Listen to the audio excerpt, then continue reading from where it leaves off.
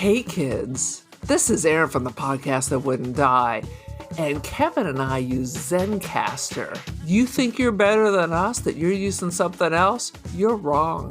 Zencastr's the place to be. Who are you to deny it? It's now super easy to record a podcast with Zencastr. Log in using your browser and start recording a high-quality podcast right away. Record studio-quality sound and up to 4K video with your guests. Feel a sense of zen knowing Zencastr's multi-layered backups ensure you always have your recordings in the highest quality, even if the connection is unstable. If you thought about podcasting before and realized that you need a lot of different tools and services, those days are over. With Zencastr's all-in-one podcasting platform, you can create your podcast all in one place and distribute to Spotify, Apple, and other major destinations. Go to zencastr.com/pricing and use our code DIEHARD and you'll get 30% off your first month of any Zencastr paid plan. We want you to have the same experiences we do for all our podcasting and content needs. It's time for you to share your story. Only a fool will give up a chance for a 30% discount. Welcome to Movies for Days, your non-pretentious, easy access movie chat podcast. These are the words that begin every episode of Movies for Days, right here at the Movies for Days Network, your weekly deep dive into a different film of any genre, from any decade, with anybody's guess as to how we chose that movie that week. Available now on Spotify, Anchor, Podcast Addict, Audible, CastBox, Google Podcasts, and basically anywhere else podcasts can be heard. So if you're looking for a little less pretentiousness and a little more movie chat to your podcast, look no further than Movies for Days. That's movies as it is, 4 like the number 4, days spelled with a Z. Movies for Days. Check us out on Twitter at Movies Days. Movies is spelled regular, days is spelled with a Z, because we're so cool like that.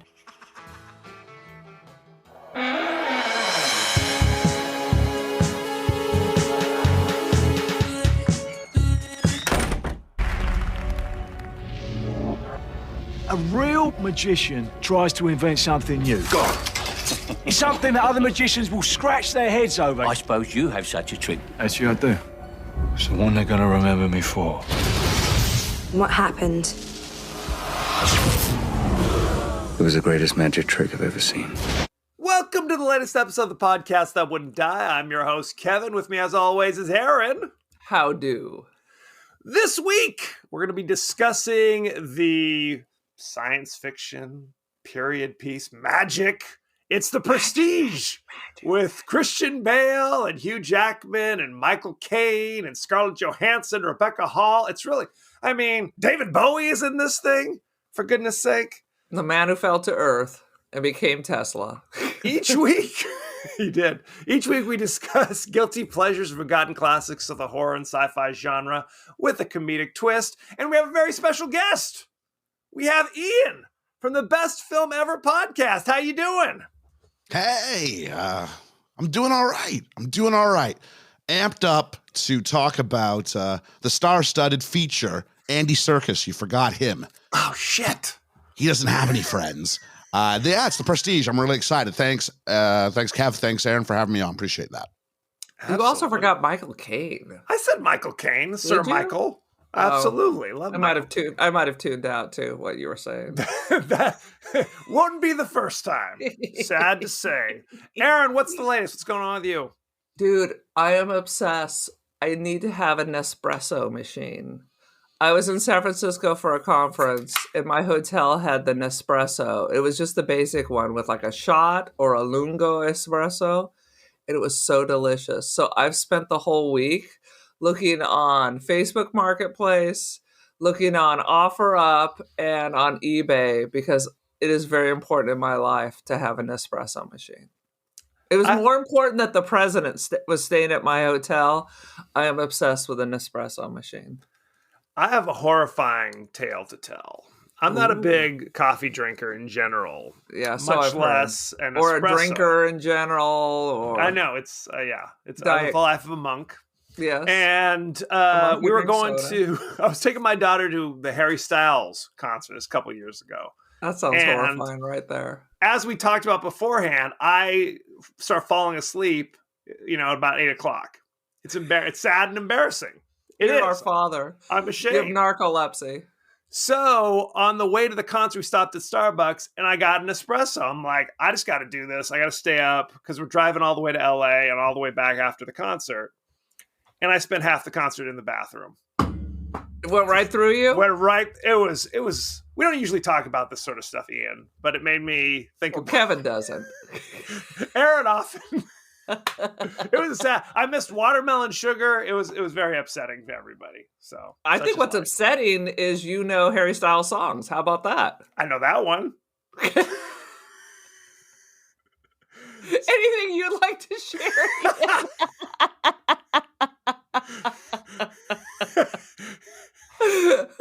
My Harry Styles discography isn't really. I could have named Watermelon Sugar at a push, but that would have been just about it. And that's. I mean, dare my accent betray me? I mean, I'm over here in the UK, and I don't know the Harry Styles One Direction discography. So there we go.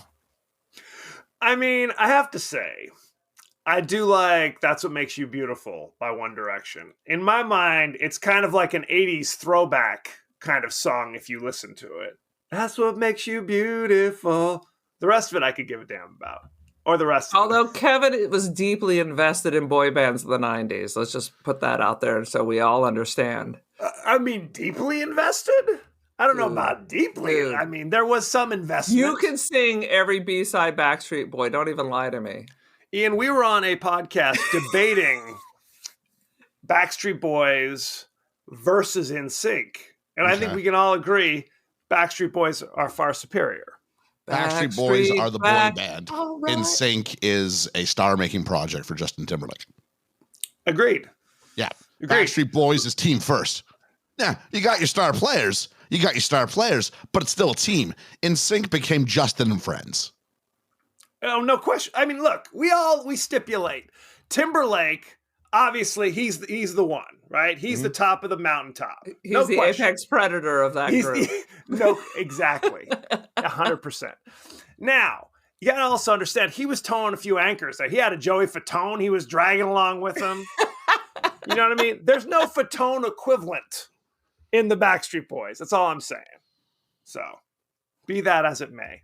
Mm-hmm. Aaron, I can't even remember where I fell on that line. I think I was there were some NSYNC songs I liked maybe better versus that's a possibility. an entire, review. Absolutely. Oh, maybe I should put my phone on silent. We're a very professional situation. Absolutely. Hey, every podcast has got an Aaron, I've discovered.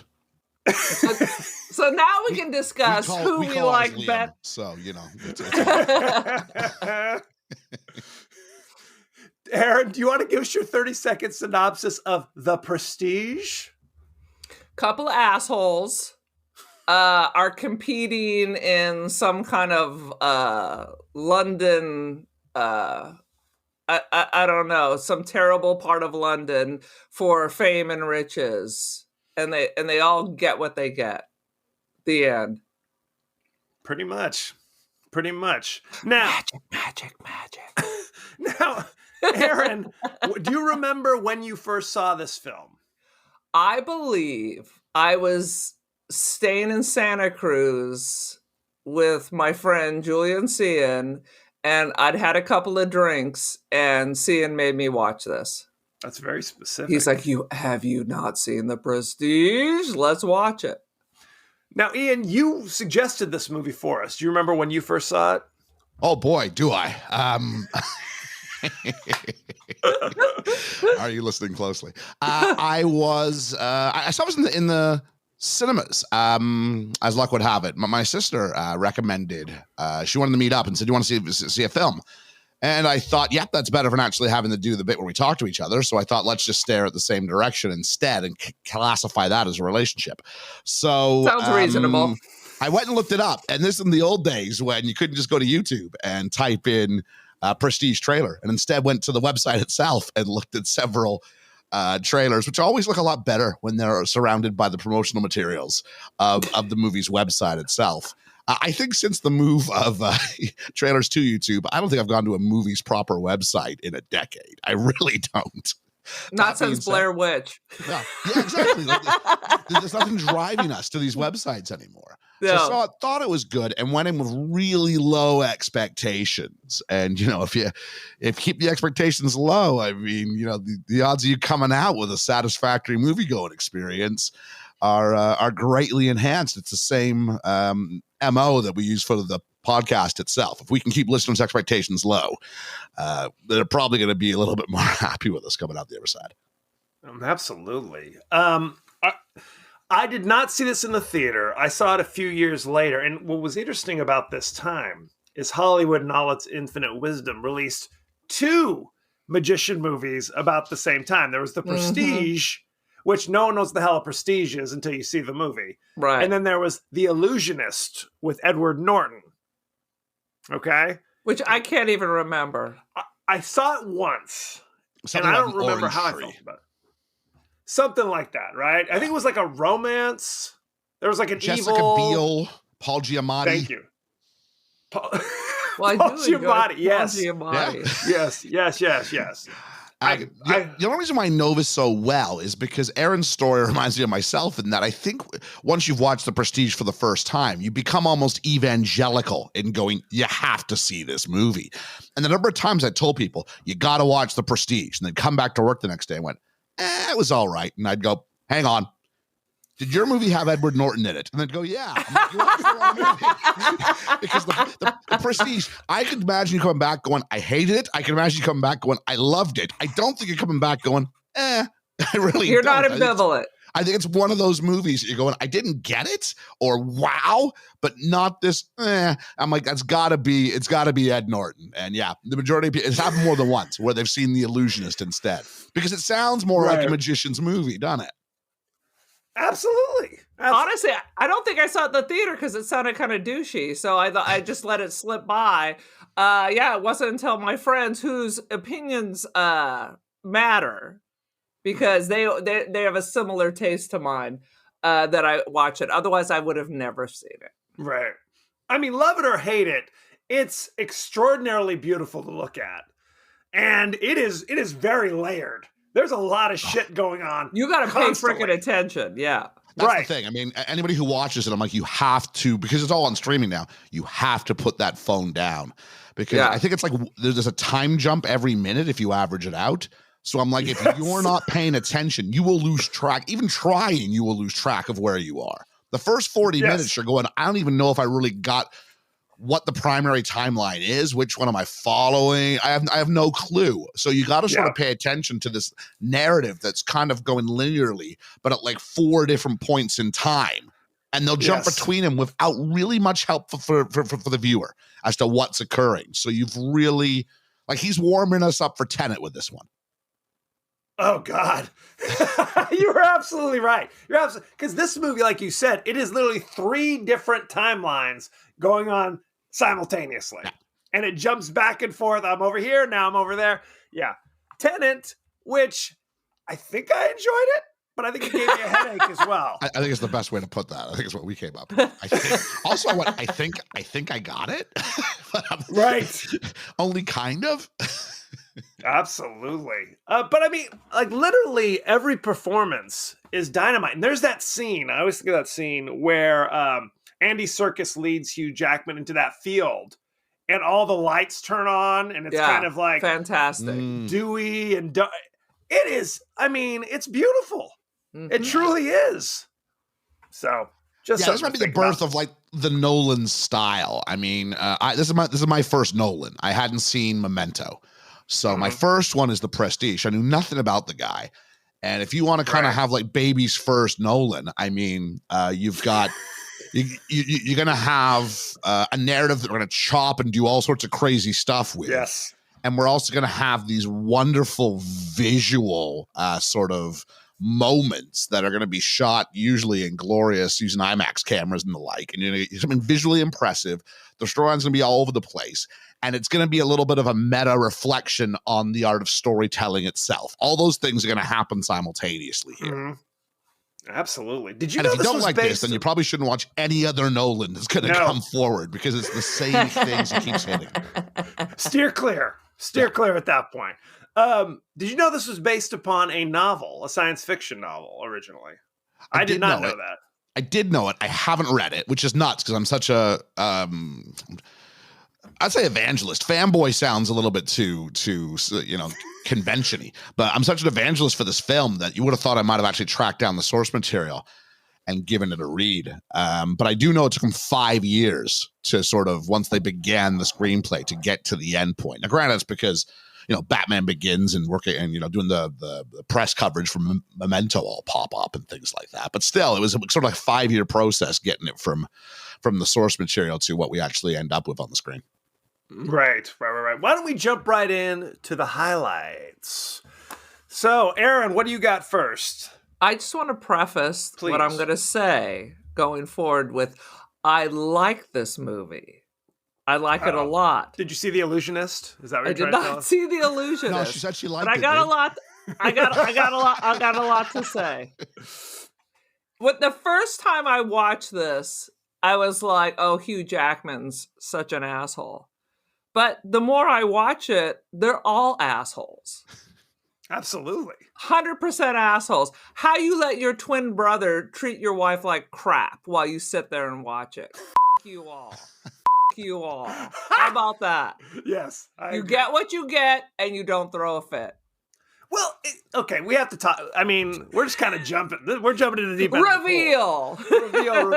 So there's basically the trick that they're both attempting to do with various degrees of success called the transported man, where you walk through one door and pop out of a different door far away. Okay? Now, guys, you guys know we do spoilers aplenty on this. So if you have any interest in seeing I think it's movie, too late at this point. Yeah. I just revealed. Yes, it's too late. I'm going to put that warning at the start. Yeah. But it's revealed that Christian Bale always had a twin brother, and that's how he was able to do the transported man trick, basically. But he basically has to live his life as one person. Even those closest to him do not realize that he has a twin. And what's crazy about that is I kept saying, how about have the twin that's in love with Rebecca Hall just be her husband? You know what I mean?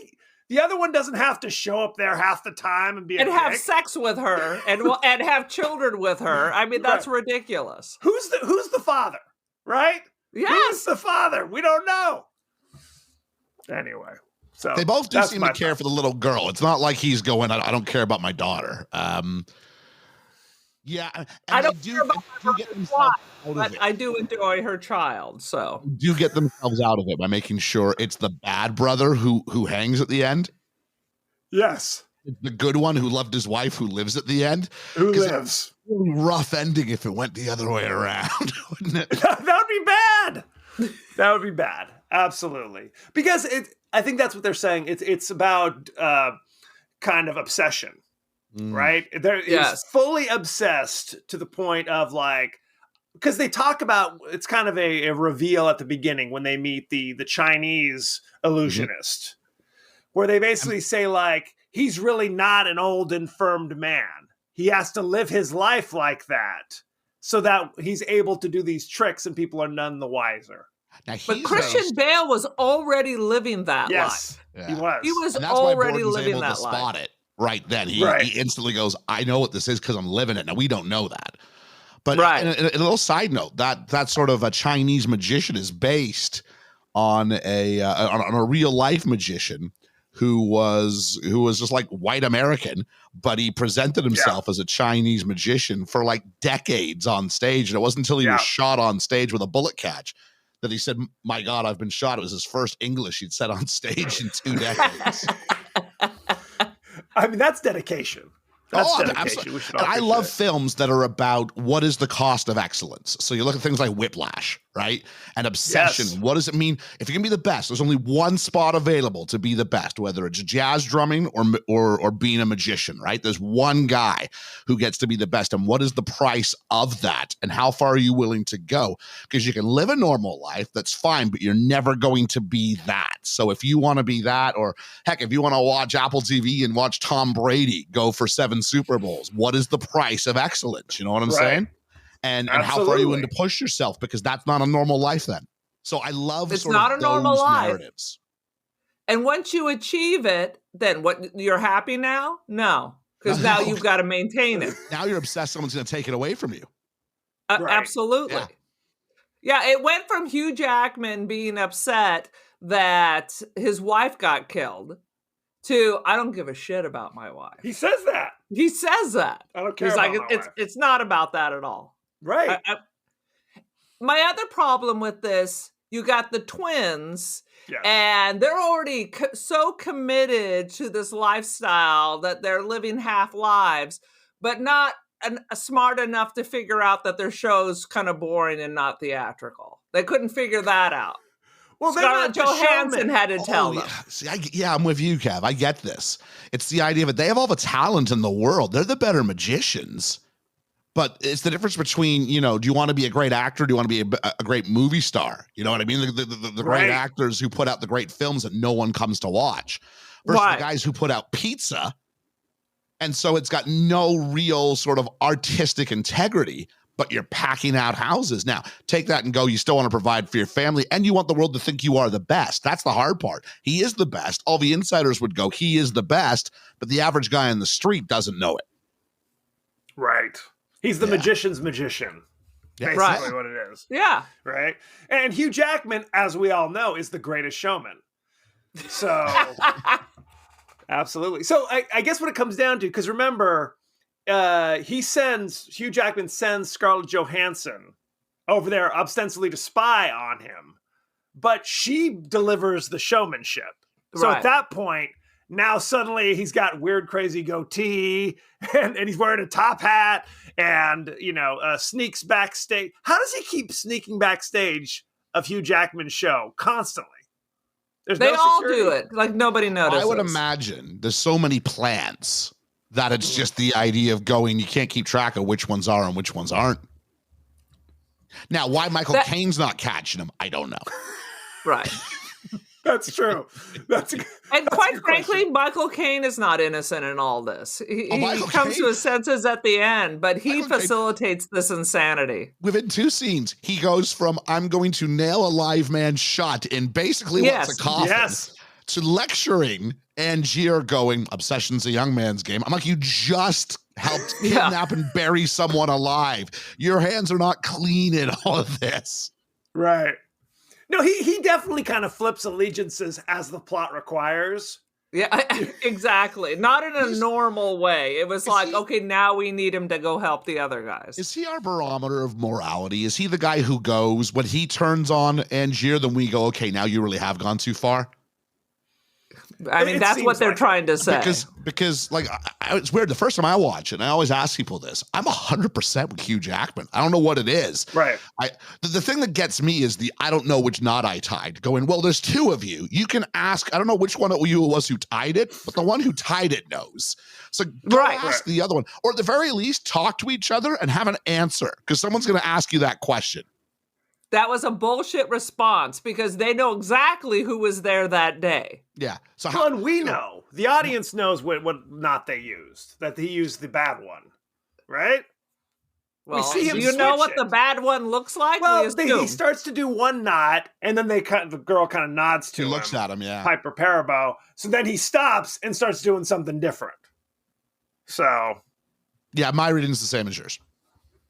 Yeah. So that's a bullshit response. We didn't have somebody died, but I didn't have a conversation with my brother at all.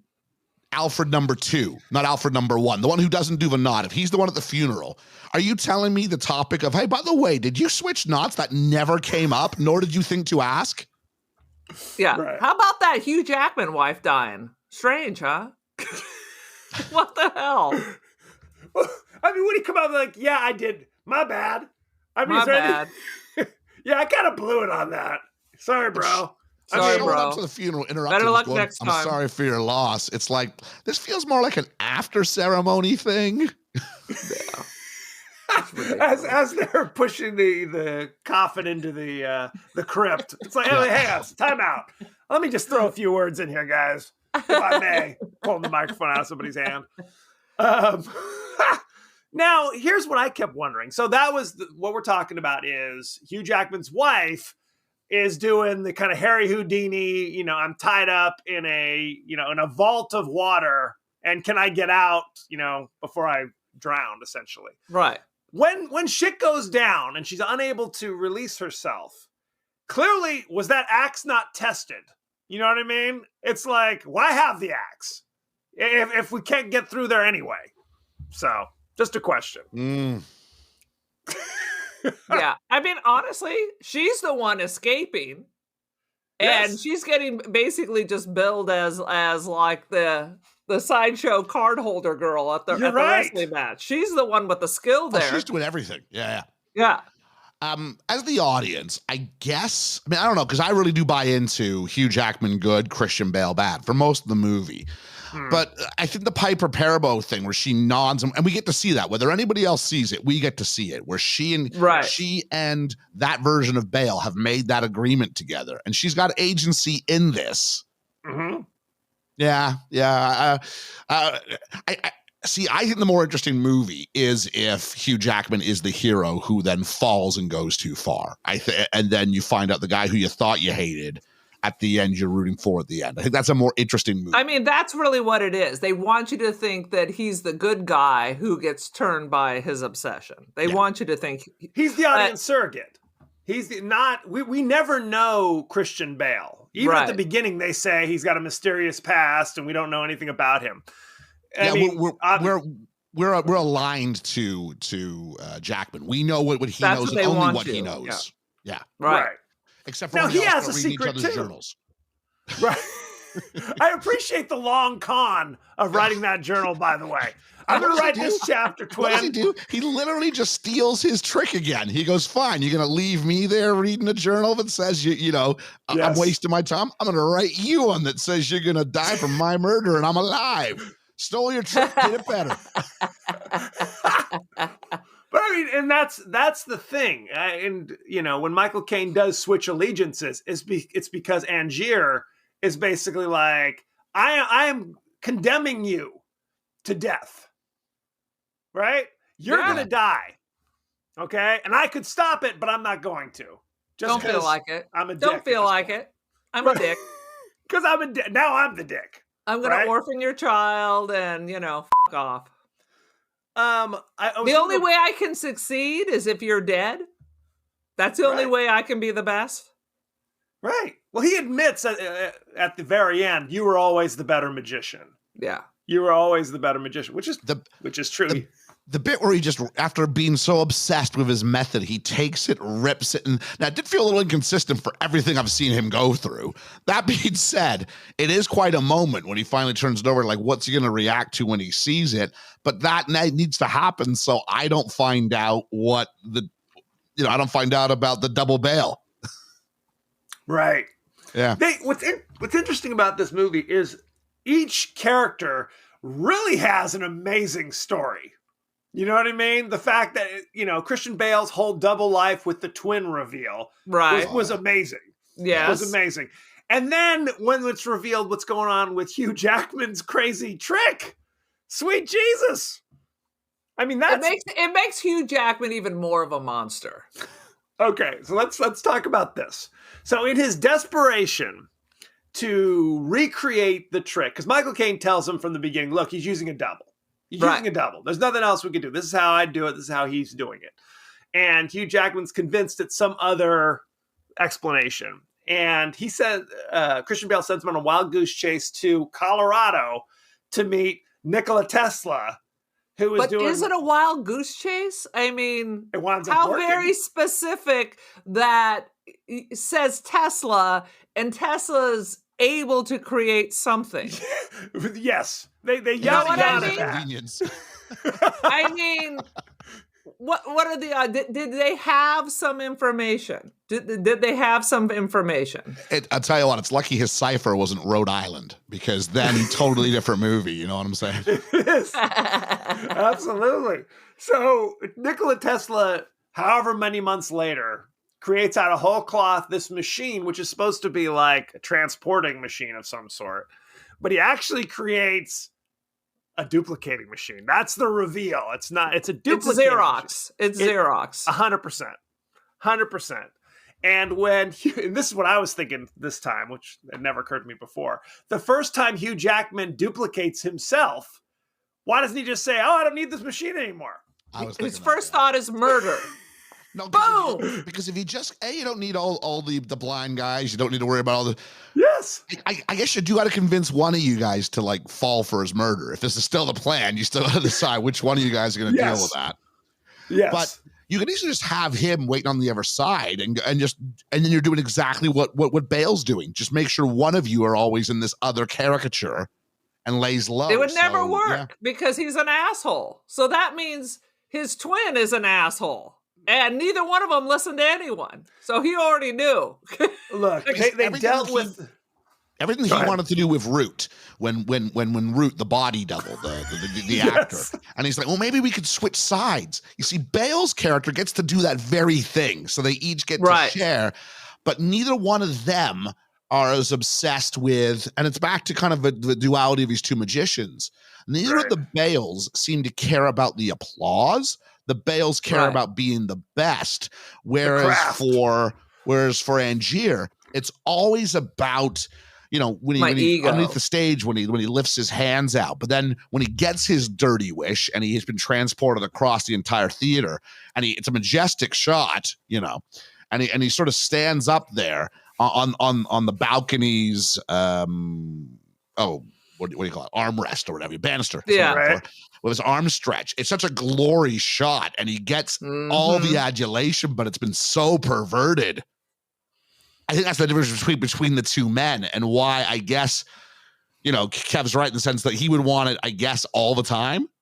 Right. He's not going to share it. My other question is this just a 15-minute show at the end? Well, he still does like card tricks and shit. Right. Not at the end. No, at the end. He loses all his They transported, everybody get out. Like, he's such a performer in that bit where he and Scarlett Johansson have hit their stride, and he's giving her the rose and all that stuff, and they're playing. At the end, he's just seriously going, I knew a woman who died doing this once. Should we get started? And then it's just, there's no humor now. He's like, in my travels. I'm just like, what? But it's the idea of exclusivity, right? I mean, you know, if you only make 150,000 iPhones for the next generation, then the appeal becomes, you know, there's not many of them, 100 performances, and exclusivity drives demand. And so what? He only does 3 tricks. He only does 3 tricks. That can be part of one trick. Yeah, that can be part of the sales pitch. And I think it's 100 because I think they calculated the number of bodies they can hide in that theater. Jesus Christ. And then what? You're going to burn it down? Because he's not driven by money. How do they know which one Borden's going to show up for? Because that's the one. Yeah. That's the one where you have to stop the performance. Or do you just keep doing it until you hear Borden shouting out one day? You're right. You're right. You just have to show up until the end of the performance. So it really could be any of the 100. Yeah. So what happens is when Hugh Jackman does the transported man, Nikola Tesla zaps him and makes a duplicate across the theater or something, right? The original drops down through a trap door into a water vault, the same one that his wife drowned in, and then just drowns. So he's locked inside until it drowns. And the plan was only to have 100 shows. I'm going to do 100 shows and that's it. So 100 times. Yeah. Right. And I remember watching this thinking at the time that maybe there's some ambiguity, right? Maybe you are transported and your double is left behind, but I don't think there's any ambiguity. What do you guys think? Ambiguity in what? Like, if he is actually transported or if he stays where he's at and drops in the thing. Well, my reading is that every man who goes into the magic trick his experience is that he has been the lucky one 45 times in a row. But Right. aware that this could be the time that he drops down, because everyone who drops down will because it's a trap. Oh, yeah, because he's transported. So from their experience, I guess they carry all the memories and all of the personality and all that Yes. stuff along with them. But his experience is he's gone in there and 45 times in a row he's been transported. He doesn't, because he hasn't had the experience. Because the guy who drops ain't there to tell his story at the end of it. Right. But you still have to have that fear every time of, what if this time my consciousness is the one that drops down? I just assume whatever it is stays constant. So either You're always dropping. you're always dying or always somebody else is dying. It's like Star Trek. Is it a copy of you or is it you? Well, it's like all those science fiction movies. Like, did you ever see that Schwarzenegger movie, The Sixth Day? It's all about No. cloning. The reality is, when you have a clone, it's not you. You know what I mean? If you die and they clone you, you're still dead. It's This just is a now there's a different new clone. person roaming around This with is your a memories. different kind of clone. This isn't like Dolly the sheep. This is you have all your knowledge and all your information. This You're would not be a going to lot- think, "Oh shit, I'm the clone." This would be a Right. lot easier, or sorry, this would be a lot more. This would be a lot more ambiguous, I think, if the hat disappeared and two hats appear at two different locations. Then you argue which one's the authentic one and which one's the clone. Right. No, But they in this want it. case, They because want it the to one be. drops, it has object permanence. The hat that the Tesla fires, it never leaves. Right. So as a result, that's always the original. So I guess the one that jumps must always be the clone, must always be the copy. But That's the what I copy think. isn't. Oh, the copy will still. I imagine the copy's thinking too hard about it because you want to be able to sleep at night. Because that way, I guess every copy is the one that dies on the next attempt. Yes. Because we're making the copy of the copy of the copy because of object permanence. Absolutely. Yes. So Hugh Jackman's a sociopath, and these things do not trouble him so much. It's still worth it. Right. Well, that's the thing. Either he's like totally cool with murdering essentially 100 of his clones, or he's willing to risk his, like, literally I'm commit suicide every night. Every and night. drown. to do this trick. That's obsession. Whereas if he'd just done the first idea and gone, hey, why don't the two of us figure this out and just, as Michael Caine might say, you use a bloody double, and you both Use a bloody invested in it, double. and you're both invested in it. Right. Yeah. I mean, Michael Keaton dealt with these issues in Duplicity. So if you really want to know, you guys never saw that movie? This is a deep pull. No. Where he's clones. Harold Ramis directed it. Anyway, that's a deep cut. Good times. I love the movie. The movie poster's like 25 Michael Keatons Yes. and one Andy McDowell, who cannot act. Oh, wait a minute. No, never could. Did I call it Duplicity? It's Multiplicity. Multiplicity. Duplicity is a movie about bad relationships with Clive Owen, I think. Ah. Don't see that. That's a different movie. I see the poster. I knew what you were going for with that. It's good when I fumble the joke and no one gets it anyway. Good Yeah. times. The two main characters are never friends. They work together with that other magician, but you can tell they were always in competition. It wasn't Right. like they were close friends and then the wife died. I mean, because together, if they had worked together, they could have been amazing. They also try to imply some sort of class difference that Angier came from significant money, it looks like. Yes. Whereas Borden and is American, ironically, and yet and then Bale's character, Borden, he's London born and bred, and he's he's quite poor by comparison. So Yes. it's They even these two are mentioned gonna have a lot getting of out common of this. They have to succeed. yeah. Well, and there's even a line that Hugh Jackman has where he's just like, well, because his wife at the time tells him, it's like, well, you kind of are playing a role, aren't you? And he's like, well, I'm using a different name because I promised my family I wouldn't embarrass them, blah, blah. So he kind of lets you know that even he's not who he's claiming to be at the beginning of the movie. Right. Yeah. So did he have like a British accent, Hugh Jackman now, at the end of the movie when he's Lord Codlow? I don't remember. Because he's American the entire movie. I don't know. See? I This think is a he's got question. something when he's Lord Cordlow. I thought he had an accent the whole time. No, he was American the whole time. Was I didn't even realize that. Yeah. Which I wrote that down. It was like an interesting choice. Yeah. I would like to just put out there that I hate Hugh Jackman, except in Wolverine. Why do you hate Hugh Jackman? I don't know. It's irrational. But I don't like something him. else I've I seen find him him besides irritating. this and X-Men that I actually do like him in. See? I wasn't the biggest fan of The Greatest Showman. No. No. And I didn't either. like him as Jean Valjean in Les Mis. He I can was like, sing and "Oh, dance. I don't give a shit. I liked him in Swordfish. I've never seen I don't Swordfish. even know what that is. You're just making words up now. No, that's John Travolta, Halle Berry. Yes. Yeah. Oh, Yeah. Lord. Yeah. I mean, it's popcorn movie. I mean, is he the best actor out of that bunch, maybe? Yeah, maybe. That's it. I'm like literally. hang sitting here on. thinking about- Prisoners. The guy's in Prisoners. The guy's great in Prisoners. with Jake Gyllenhaal. Jake Gyllenhaal and Yeah. what's his name from Little Miss Sunshine? The guy who doesn't talk. Paul Dano. Paul Dano. Oh, it's such a Haven't good seen film. it. Oh, Prisoners is such. It's a Denis Villeneuve film. Yeah. His daughter gets kidnapped and he's trying to figure out who's got them. And it's like, what limits will you go to and where is your check when it's something you care so much about? Oh, it's good. I just tell you, his Wolverine is amazing, and I don't like superhero movies. I mean, I'm sitting here going like, I mean, what else did he do? Was it literally just Kate and Leopold and shit like that for 15 years? Yeah, I mean, his career his background is in musical theater. So Yes. Yeah. he did a lot of that stuff first. So interesting. He did the I guess one I with the took for kids granted. and the robots. And you train these robots. Real to Steel. fight. Real Steel. It's like remote control Transformers. Yeah. Robot Jocks.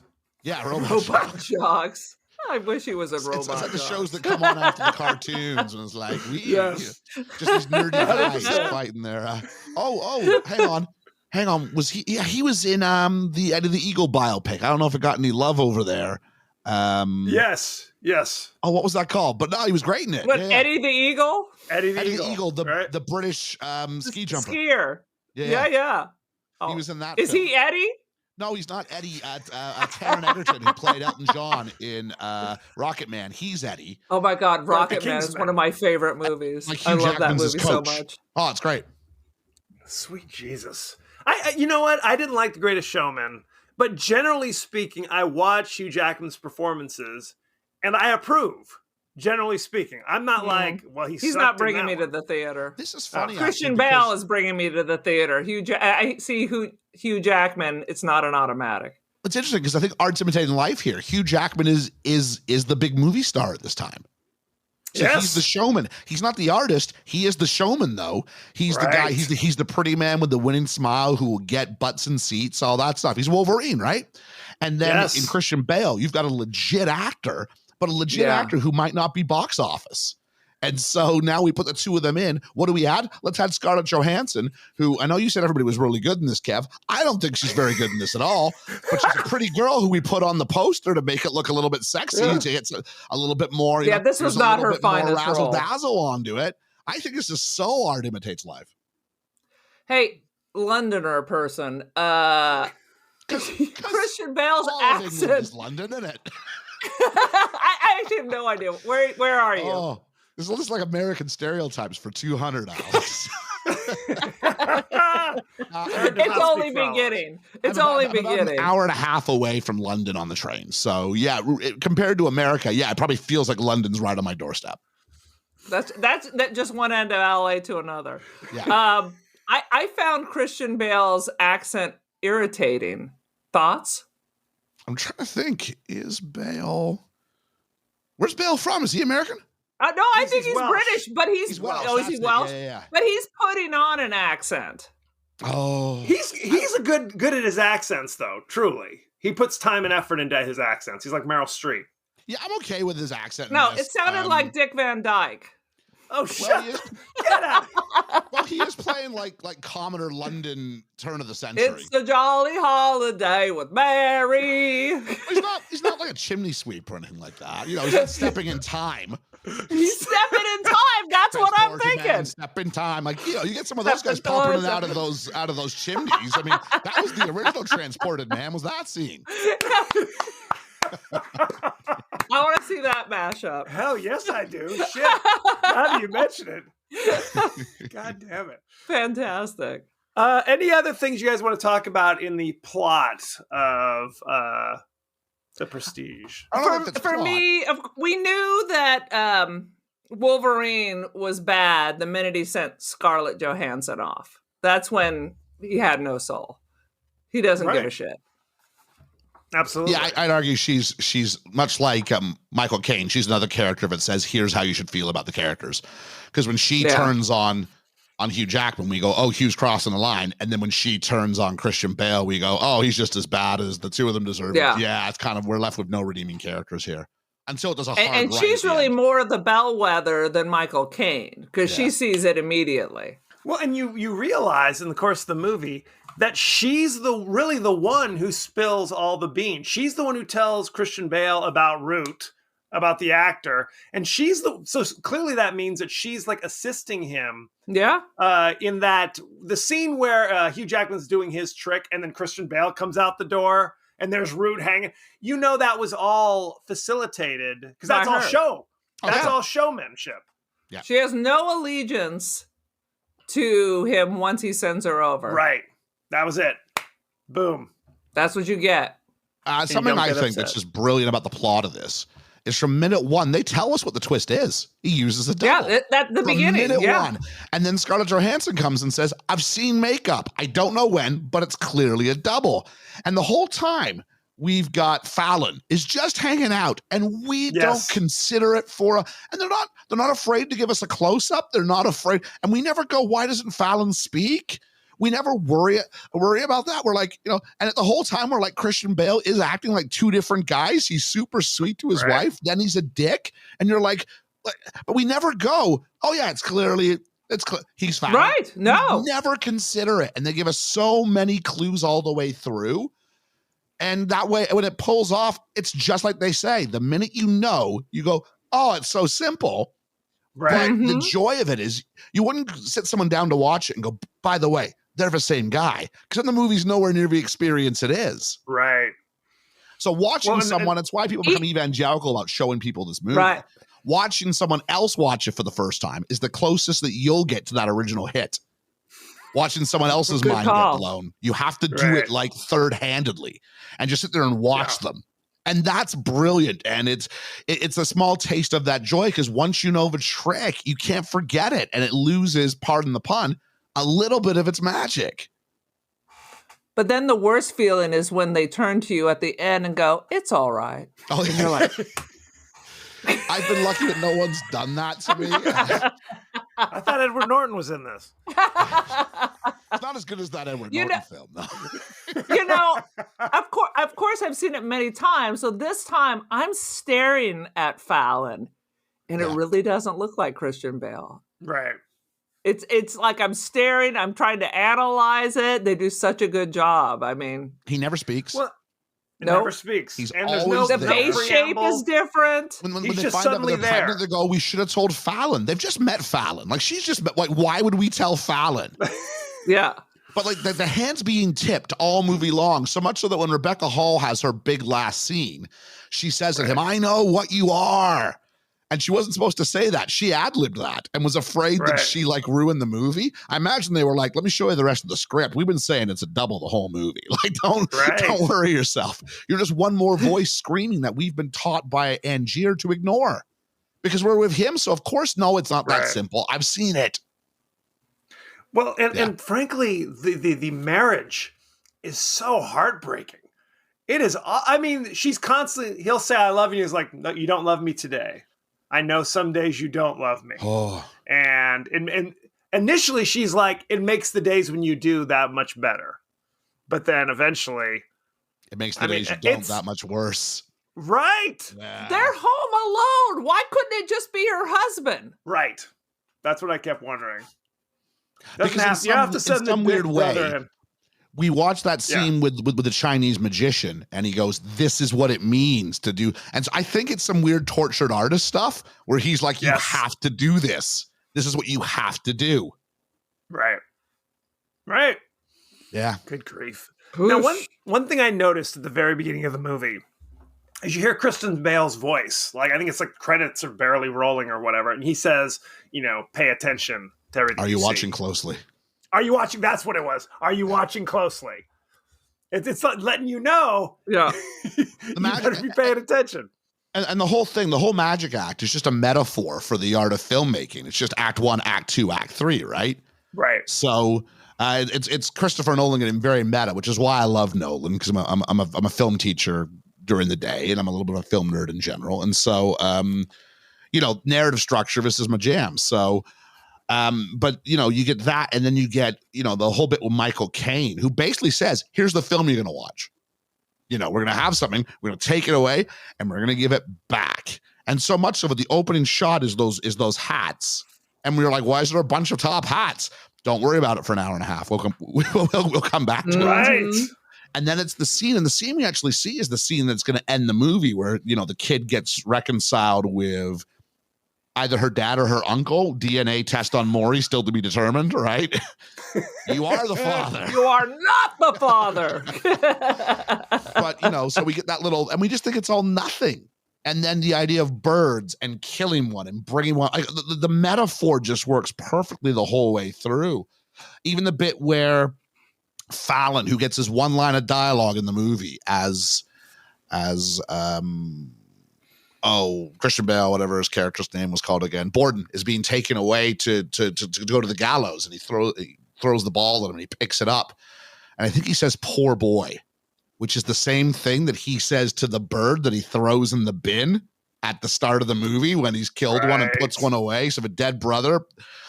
And if you look, he's got a I had to stop it 3 times. There. I couldn't figure out what he said. It's so hiding in plain sight, which I love this for, because that's what magic is. As soon as you know, you see it. Right. Yeah. Absolutely. But that's what they say. You don't want to see it, though. It's like you want to be mystified. Right. That's why the magic's You don't in want sort of to sitting know there the going, answer. let me have this moment. I hate the movies where someone ruined it for me early by giving away the twist. And so just let me live in, that's what, filmmaking as a form of magic. It takes you away to a place. And when those few moments where a twist is executed really, really well, and it blows your brain up for a moment. Oh, those are tremendous. Good stuff. Any last thoughts? My only complaint is back at Tesla's, no one noticed 5 feet from the front door, 55,000 top hats, and black cats running free. You don't know that's where it was, Aaron. They went for a walk, and they took about 6 steps. And then there was 10,000 decomposing black cats. Well, you did need 2 cats in order to make the fight to draw your attention to it. So it's somewhere slightly off. It's got one of my best lines in it. Exact science is not always an exact science. It's a nice line. And then did Edison, when he burned everything down, also burn down the 1,000 black cats? Good question. These are important questions. These are important questions. I don't know how much it costs to run that machine, but it seems like you've got yourself a nice little business project there. You could open a hat shop. Put a gold bar in there. Here we go. Boom. It seems like that's an awful lot of electricity in these some crazy slum where it looks like everybody's still using gas lights. That's a fair question. I didn't think about that. That's they have a little nuclear reactor in the back too, or Yeah, you can't run that on coal, right? As far as we know. That's fair. I didn't think about that. Good grief. Why don't we go behind the scenes? Excellent. You guys ready? Why not? Let's see. You talked about this briefly. Chung Ling Soo was a stage character created by William Ellsworth Robinson, a white man who disguised himself as a Chinese man to cash in on audiences' enthusiasm for the exotic. So that character was based upon a real historical magician. So, we didn't even talk about this. What does prestige mean? In a trick, and there are all these terms for it. You show the thing, then you make it disappear, but that's not interesting, making the thing disappear. What's interesting is what they call the prestige, is when you bring the thing back. That's when the cheers occur and all that stuff. The word prestige originally meant a trick, and it's from the Latin prestidigium, meaning illusion. Or prestidigitation. There you go. Magic.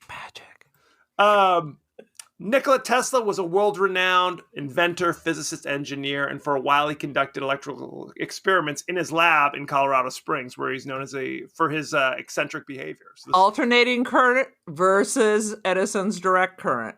Mm-hmm. It was a big issue, that AC versus DC. People were very concerned about it. On a side note, please. More people's thoughts on Bowie. I was really, I've always been underwhelmed at Bowie's performance in this movie. It was not one of his better performances. It was very flat. Like I didn't want him to have like this giant like 80s hairstyle and steal a baby or anything like that, but I did want him to try a bit more. What babe? It was not the hunger, I'll tell you that. That is true. You know what though? I thought it kind of worked with the character. You know what I mean? He didn't have to be Gareth the Goblin King. You know what I mean? Honestly, his assistant was more animated than him. Apparently Nolan phoned him up and said, only you could play this role. And then you watch it and you're like, really? Like, a lot of guys could have played this role. Hobo Joe, just to go, hey, look, we got David Bowie in our movie. That's why that exists. 100%. And David Bowie does not seem enthused at all. It may be his worst performance in a film. Fair enough. It's just boring. Enough. Yeah, that could have been Hobo Joe. Did you see Ricky Jay, who plays a magician in the beginning of this movie? He's an actual magician and an actor. So there you go. He was. Yeah, he's the one who's he's the lead guy when Piper Perabo dies. Right. Absolutely. Yeah. And the disappearing cage trick was a real trick that was used by Harry Blackstone Sr. and his son Harry Blackstone Jr. So that was real. Although it seemed kind of like disgusting. You had to crank it in the back, and that was very elaborate. That was like, that one's real, or the other one? I thought it was just when you crush the bird. No, the where you do it in plain sight. That was a real trick, evidently. Wow. So, but it did seem a little dangerous, to be honest. The fact that it's like pneumatic switches and things. Yeah, you lose. Like you got to be out of a couple of distinct sight lines to avoid getting sliced up. Yes. Yeah. It's like the Saw movie or something. It's the Saw of the 1800s. It was the based upon the events of The Prestige. Absolutely. Let's talk about the cast and crew, shall we? Mm-hmm. We talked about this was directed by Christopher Nolan. You know him for such things as Tenet, Inception, Interstellar, Dunkirk. The list goes on and on and on. I love Memento. Oh, come on. We got to give some love to the film that might be winning all the Oscars in a week. Oppenheimer. Absolutely. No question. Didn't see it. Good stuff. I mean, not as impressed with Interstellar, if I'm being honest. I've never seen Interstellar, so spoilers on that for me, because I definitely do want to see it. Let's see. Cast. Christian Bale played Alfred Borden. You know him from such things as The Dark Knight, Batman Begins, American Psycho, The Fighter. The list goes on and on and on. All sorts of good stuff. I love me some I Bale. remember him in Newsies. 100 years in ago. Santa Fe, are you there? Do you swear? He hated every moment. No one told him it was going to be a musical as well, I believe. And you can see with every moment he's on screen how much he hates being there. Right. That's fantastic. Well, he was in Empire of the Sun. He was amazing in Empire of the Sun. Yeah. But speaking of musicals, he did sing all throughout American Psycho, so he must not be that opposed. Well, it's different when it's Huey Lewis. Hugh Jackman. You know him from such things as Les Miserables. He played Jean Valjean. He was in Logan. He was in X-Men. And for some reason, he was also in X-Men Origins Wolverine. If you haven't seen that, continue not saying it. It's horrible. I missed that one. That's not a good one. But the Super Bowl told me he might be coming back to hang out with his buddy Ryan Reynolds and do the Wolverine thing one more time. One day more, you might say. One day more. Yeah, no question. I can't wait for that. I think it'll be great. Good stuff. They have it's some sort of style, like the most viewed trailer of all time or something like that. Like it's just the hype has been through the roof. Well, they have kind of a bromance in real life. Yeah. Which is kind of funny. They're constantly talking to each other on social media and all sorts of good stuff. Let's see. Scarlett Johansson played Olivia Wenscombe, the, what is she? The helper? What are they called? Assistant. The magician's assistant. Thank you. You know her from Lost in Translation. Which is the best film ever. She was in Her. That's her finest role at 19. She was in we Avengers. reviewed her last week, actually. What a voice acting performance that was. I'm not usually one who's big on voice acting. Fantastic. Why did they replace Samantha Morton? Do you know the reason? They replaced Samantha Morton. Whatever was supposed to happen just didn't click. Now, we did, in our review, we found out that Spike Jonze, the director, kept Morton and Joaquin Phoenix apart as a way to, I guess, try and, art imitates life, method, all that stuff. When actually, maybe the answer was to do the opposite and let them actually hang out a bit and get a little bit of chemistry, because it needs to feel like they're connecting. So apparently just whatever he was looking for, story perspective, it didn't come out. Now, he didn't just bring her back for reshoots. He just instead he recast with Scarlett and redoes everything and calls Joaquin back for a bit. And their chemistry, despite obviously never appearing on screen together, is tremendous. That's done. Well, it's kind of like what they did in Back to the Future, where they filmed half the movie with Eric Stoltz. Yeah. And we're like, this ain't working. Bye-bye. And then they had to recast the girlfriend, too, because she would be too tall for Michael J. Fox. So, it's a different because tall actress in girls movie never 2 date than short movie 1. boys. But it's a different Correct. actress in movie 2 because her mom gets sick. So they put Correct. Elizabeth Shue in instead. Yeah. And a different Crispin Glover in 2 as well. A false Crispin there was a giant lawsuit about that one love because they Crispin basically used his Glover. likeness.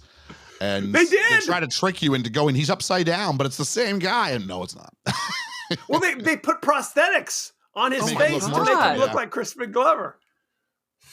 So bizarre. She was also OMC. in Under the Skin, by the way. And Michael Caine played Cutter, the ingénieur, Yes. which I guess just means engineer in French. It's a little turn of the century. They were called engineers, I'll have you know. Ingenues.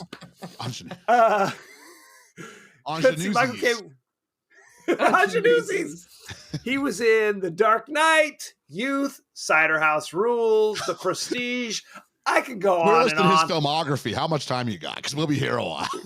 We'll be here all the live long day. He was in Blame It on Italian Rio. Job, Blame It on Rio. I think I saw that on a plane once. He was in The Hand. Dirty Absolutely. Rotten Scoundrels. Oh, yeah. I love Dirty Rotten Scoundrels. That's a classic. I love Michael Caine. I follow him Yeah. on Twitter. He doesn't post We're much. pro Michael Caine. Michael Caine is he's a national treasure. He's retired now at the age of 90 something, but man, think about when he started acting, 70 years ago. What's that? Absolutely. That's 1954. Like, just think how much movies have changed in the 70 years he's been on screen. Totally. Tremendous. No, I love him because he does like fine films and then he'll do The Swarm. You know what I mean? He's down for whatever. He's like, write me a check. I'm there. Jaws the Revenge. I'm there. Whatever you need. What is this Kingsman film? Yeah, all right. Sure. Now He's you like, see I me. If the paycheck's there, you will. He says, Jaws the Revenge, did not like the movie, but I like the beach house it bought. Yes. Yeah. No shame in his game, and God bless him. God bless him. Rebecca Hall, who we haven't really talked about much in this. Tremendously underrated in this film. Like with all the big name stars, people sleep on her. She's tremendous here. She's great. Yeah. She is arguably like the emotional center of this film. She's the only one with emotion. There you go. You know her from Vicky Cristina Barcelona. She was in The Town. She's great in The Town. She was in The Prestige. She was in 2016's Christine, which I don't think has anything to do with Stephen King. Oh, damn it. I was like, what? I had to guess. Let's see. David Bowie played Tesla. You know him from such things as being David Bowie. He was in Labyrinth. He was in The Man Who Fell to Earth in 1976. The Prestige, Zoolander. I was a little bored with that, by the way. Oh, that tough role in Zoolander where he plays himself, yes. It's hard. It's hard. And we've got, of course, Andy Serkis, who is actually an actor. For years, I thought he was just kind of a motion capture guy. But he's in stuff where he's doing no weird Golem stuff. So, although I'm going to list. Go ahead. Did you see him in Black Panther? I mean, the guy is ripped. The guy is. He is. All you guys making fun of me for being Gollum. I'm going to use all that as fuel, as rage in the gym. He is. He is. Now, that being said, as being a physical actor, he's known for War of the Planet of the Apes, Rise of the Planet of the Apes, Dawn of the Planet of the Apes, Breakfast with Planet of the Apes. You know what? Those movies are actually pretty good. And I thought the first one, Rise of the Planet of the Apes, was like borderline like great. Frankly, it's outstanding. Yeah, if it had gotten some Oscar buzz, I wouldn't have challenged it. It was tremendous. Real performances from like the actors that aren't not just the monkeys and the chimps or whatever, but like Franco, even Lithgow. Franco. Yeah. So there you have it. Let's talk about the rating, shall we? The Prestige currently has 77% on Rotten Tomatoes. Interesting. Do you know what the audience gave it? What? 52%. 90 something in it. 92. Yeah. 92. Good stuff. Had a C. The word of mouth on this film was insane for years. Yep. I was part of a message board that talked all things, but The Prestige as a movie came up and it just never left the screen. People were talking about it for like 2-3 years straight. People were coming in and sharing the word of mouth. It's one of those that, because they have a big splashy marketing budget. So it really depended on that. Yeah. Yeah, I agree. Roger Ebert says it's quite a movie. Atmospheric, obsessive, almost satanic. 3 out of 4. Good stuff. And let's see. We've got Peter Travers from Rolling Stone. There are nifty tricks galore up the sumptuous sleeve of this offbeat and wildly entertaining thriller. 3.5 out of 4, Peter Travers. Not bad. It sounds like he wrote that in the 1950s. Maybe he's a time traveler. That's what I would expect from Peter Travers. I was watching a thing where they said, these are not tricks, these are illusions. Tricks are things whores do for money and candy. So write that down. That's from Arrested Development. It is. That's Job. Oh, Dad, you don't have time for my illusions. Rex Reed. All right. Our patron saint. The movie is more infuriating and contrived than suspenseful and clever. Thank you for that, Rex Reed. Rex Reed. What is your rating? Let's start with you, Aaron. I am actually going to give it 4 out of 5. I like Christian Bale better than Hugh Jackman. Hugh Jackman, f*** off. How about that? 4 out of 5. How about that? That's serious. Ian, what do you got? It's a stone cold 5-star classic for me. Boom! I like films that I walk away and have to carry them with me for a bit, whether it's positive or negative or whatever it is, but that I mull it over and the themes resonate and that you can, not that it has to, but that you can come back and rewatch and get something different because you only get one first watch, but does it hold up on second watch, on third watch? And the film does. I mean, outside of a little bit of, hey, Hugh Jackman, why don't you just, make a deal with yourself and not kill yourself in a water tank. Outside of bits like this, I mean, the film totally holds up, and you sit there, and every time I watch it, I find something else out when they were showing me what the twist was. Yeah, And it's yeah. a twist that when you rewatch it, the twist holds up. When you show it to someone else, Yeah. you get that sort of enjoyment there.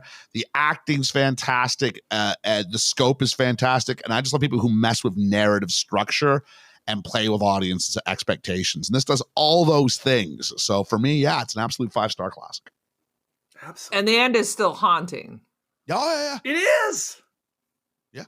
I mean, you got all those damn corpses. What How is he going to get rid of all that? Even if you burn that, they're giant tanks of glass and water. I mean, there's still going to be evidence. That's true. But how could they ever explain there are 100 identical corpses? This is one of those Yeah. movies you'd love to get, like, what would happen the day after. Yes. Yes. That'll be the Prestige Part 2, where they recast it with all lesser acters. With lesser actors. And Scarlett Johansson. And Scarlett Johansson. she She's got time. No, what was interesting is when Michael Caine is talking to the judge, and the judge like, if you just show me the trick privately, would that be acceptable? I'm like, how are they going to explain this trick? And he just says, it's real. It's all real. It's not a trick at all. So I guess that's one way to do it. Yeah. So, good grief. Yeah. I'm going to give it I think I'm going to give it a 4 out of 5 as well. I thought, really, I don't have a lot of complaints, but I find myself not watching it often. You know what I mean? I think once you get to like the 4.5 and the 5s, you're in my rotation. You know what I mean? Of kind of my guilty pleasures or my not so guilty pleasures. Rosemary's Baby, The Shining. Okay. I was thinking like Tango and Cash, but yes. Tango and Cash. Sweet Jesus. So I would definitely recommend, if you haven't seen it, I mean, is it still worth seeing since we've told you all the secrets? It's worth it. It's still worth it, even if you know everything. Absolutely. I mean, they tell you everything at the beginning, so pretty much. Well, and sometimes, you know, when the trick is revealed or the twist or whatever is revealed, if you go back and watch like the steps they took, the steps don't always make sense in these other films. But in this one, the seeds are planted, like you said, throughout. It is consistent. There's no, you know, bizarre twists that make no sense or only trying to trick the audience. It's not like Ocean's 12 where you go, hang on a minute. Once you know, you're going, you actually go, hang on a moment. No. It doesn't do that. Right. There is an evil twin borrowed from every soap opera. There's an evil twin always appears. And just like in Ocean's 12, where Tess is, for some reason, an exact duplicate of Julia Roberts. No one But the knows rest of why. us don't exist in that movie universe. That's I don't right. like George Clooney. You don't look like Brad Pitt. Just Tess looks like Julia Roberts. Right. That was, oh, God. I really, since we're going off on this jag for 5 hours, Ocean's 11, dynamite. Love Ocean's 11. Love it. Ocean's 12, I thought Hated it. it was too self-referential. It was too much. Look how much fun we're having. High five.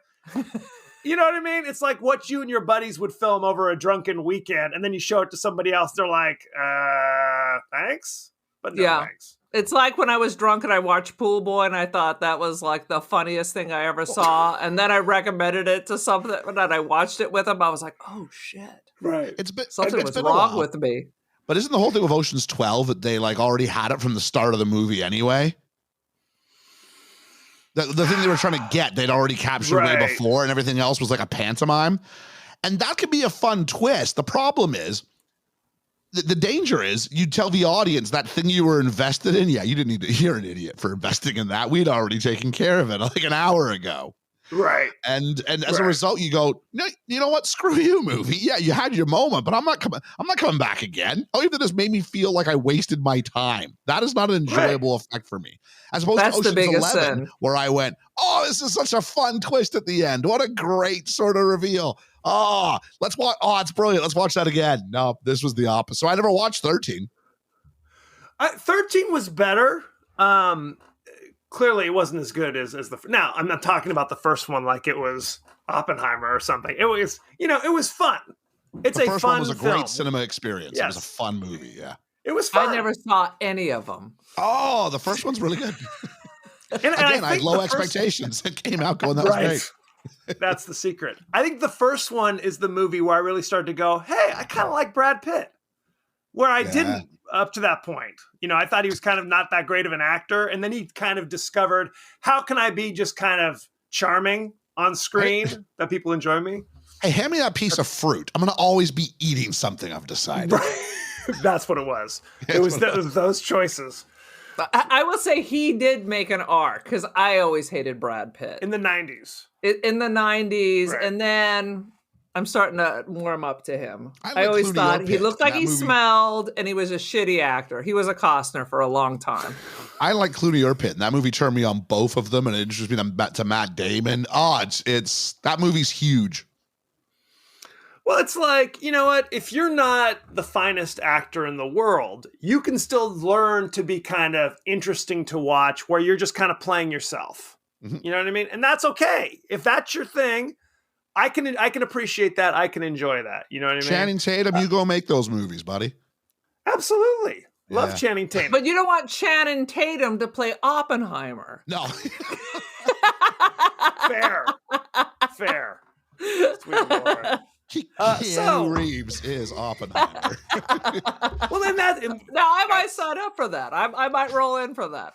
Well, that's like- that's- Can't be worse than Dracula. In the 90s, you had Keanu doing like Shakespeare. Shakespeare. You know. Shakespeare. Much Yeah. ado about nothing. It was like- Oh, it was dreadful. What are we thinking? What are we doing with our lives? That I was mean- Kenneth Branagh on the downslide. Oh, sweet Lord. Nobody gave I a shit have to anymore. cast who to get this movie made? All right. Yeah. All right. Everybody's You'll had enough finance of your the movie. bullshit. All right. But the same Frankenstein thing, sucked. as the 2000s approached, Keanu, I don't know what happened. Now he's more kind of, okay, I appreciate what you're doing now. You know? Yes, I agree. Something, he knows who something he is. happened. He knows who he is. That's what it is. Yeah. He knows who he is. I hated him for years, but Constantine, that's where I changed my mind. I also think about, like, this is obviously to a lesser extent, but like Vince Vaughn. When Vince Vaughn first appeared in Swingers, we that love was Vince iconic. Vaughn. Yes. And then for 5 years, he's like, I'm going to show people I'm more than that. And people Aye. are like, we Psycho. don't want that. Go Nobody back and wants be that. Vince Vaughn again. Yeah, 100%. Anyway. You're these are my reaching too thoughts. far, Vince. Get back to where you know. Go That's on. what I'm saying. So, thank you very much.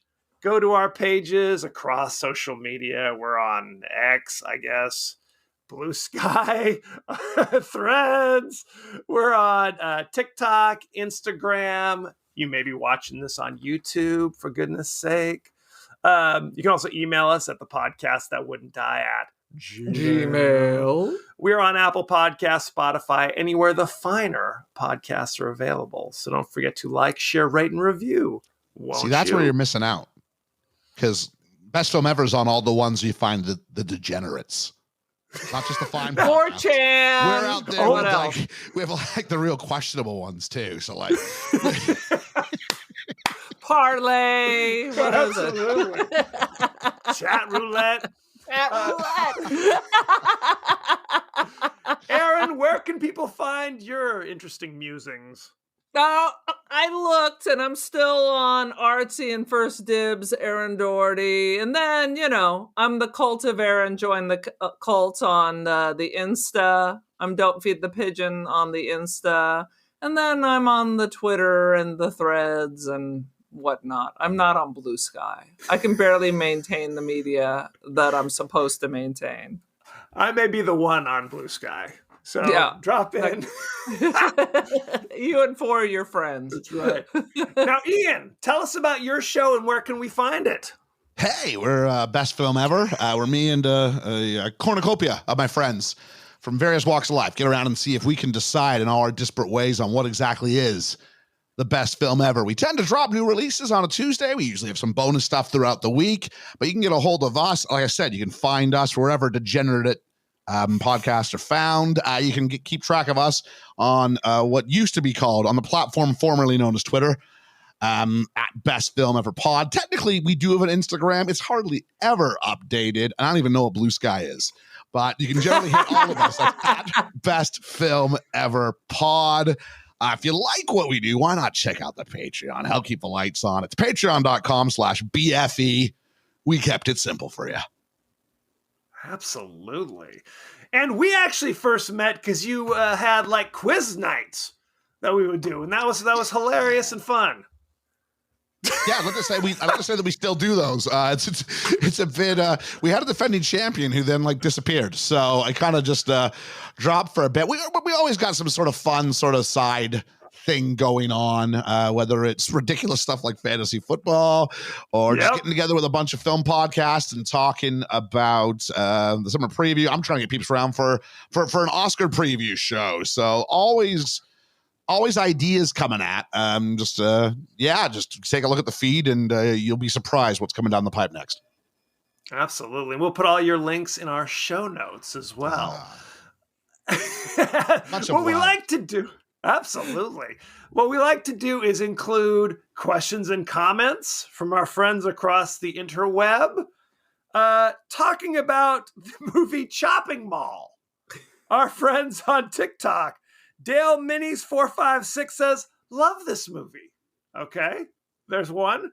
Good times. Nano says, reminded me of Deadly Friend, which I remember with Christy Swanson 100 years ago. You guys remember Deadly Friend? Never heard of it. Never heard of it. Shane LaCasa says, if Kit from Knight Rider and R2-D2 had a child, that's what with a bloodlust. Absolutely, with a bloodlust. So good times. Thank you. I just want to share that is our most watched video on TikTok. It has over 18,000 views, and now TikTok is refusing to release it onto For Your page because of the violence. I just went through and like half of our best performing videos are now like not for your page because we're being blocked. Well, the sad thing about talking about horror and sci-fi is there's often violence involved. So Imagine I apologize to all the children who are scarred on our TikTok. You shouldn't be on TikTok anyway, kids. That's my opinion. Anyway, except if you're watching our stuff, then it's okay. Next week, we're discussing the horror science fiction classic Species, starring Natasha Henstridge, Ben Kingsley. We've got Forrest Whitaker, Alfred Molina, Michael Madsen, Marg Helgenberger. It is literally an all-star cast. And I watched it recently, and I'm bowled over by the sheer amount of nudity. For the 90s, it is shocking. It's 90s, an 80s hangover. 70s into the 80s, look, boobs, we were going to see them. That's how it worked in that time period. You couldn't make a film in the 80s without a naked woman somewhere. You couldn't. I mean, they would make movies just for that purpose. But it's seemingly like by the 90s, we kind of started to chill a little bit. Like, okay, been there, done that. Not so much with Species. So check that out. You can watch it on Max with a subscription. So that'll be good. And send in your favorite scenes, favorite quotes, comments, and questions. And maybe we'll talk about it on the show. So there's gonna be topless. There's gonna be topless women on an HBO channel. You're saying? Shocking! Wow, shocking. It's not Red Shoe Diaries or anything, but you do what you got to do. I guess in the 90s. Yeah, they've changed HBO's name for about 12 times in the last year and a half. Yes. So now I'm going with Max, which reminds me of Cinemax, which of course is Skinamax. Yeah. Absolutely, no question. Why else would you subscribe to Cinemax in the UK? So check that out. So we're left to alternate means to find all our HBO properties. Whatever that might be. Yeah, I don't know why they keep rebranding themselves every 15 minutes. It's upsetting to us all. I said it's on HBO, and people are like, I don't have HBO. I have something called Max. I'm like, come on. Come on. For God's sakes. So be aware. Be part of the universe, Just don't check out. Be a part of the universe, would you?